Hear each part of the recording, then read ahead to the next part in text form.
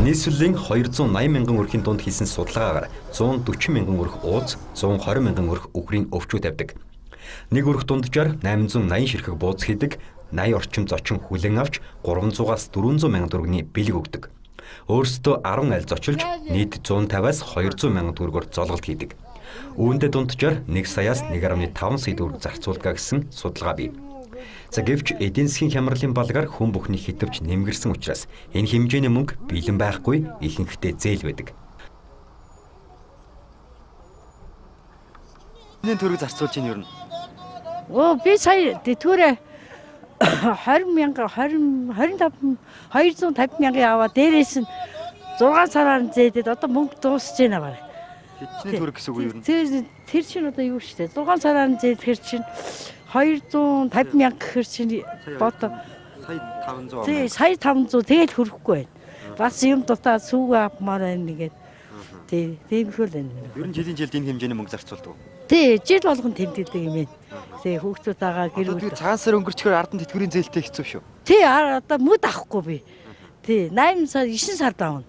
Ер нь бараг сая төхөн шүү. Одоо бас гадна дотны юу гэж байна. Усуу дээр нь саа тэгээд нөгөө ууц гэж байж байна. Тэгэл тавгийн ба одоо юмнууд үнд орцсон байна шүү дээ. Тийм учраас одоо тэгээд шатахаараа л одоо арай л гайгүй. Тэтгэврийн зээл яаж? За яхад одоохондоо миний хувьд бол зээл аваагүй зүгээр. Ер нь бол одоо хөрөхгүй бол зээл авдаг шүү дээ. Тэгээд тэврээ суудсан зээл авч ижил тэгж ижил өргөн шүү дээ. Бараг сая хөрөндөө бэлэг мэлэг ууц мууцтайгаа. Сараа өлөөч гарна. Сарсанд зориулаад зээл авчихсан. Зээл авсан. Хэдэн сараар нь? Жилээр.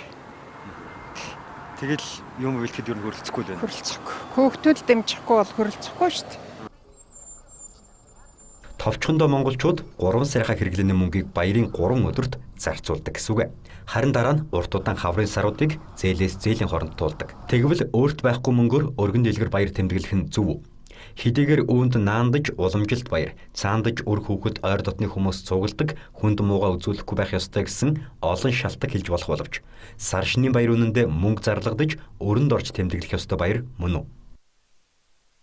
Монголчууд маань эртнээс энэ хаврын баяр өөрөөр хэлбэл энэ байгаль орчинтойгоо зогсож ирсэн мэт юм хөгжөөгүй. Тэгээд энэ цагаан сарыг хавар тэмдэглэдэг, хаврын баяр болох тэмдэглэдэг байхгүй юу?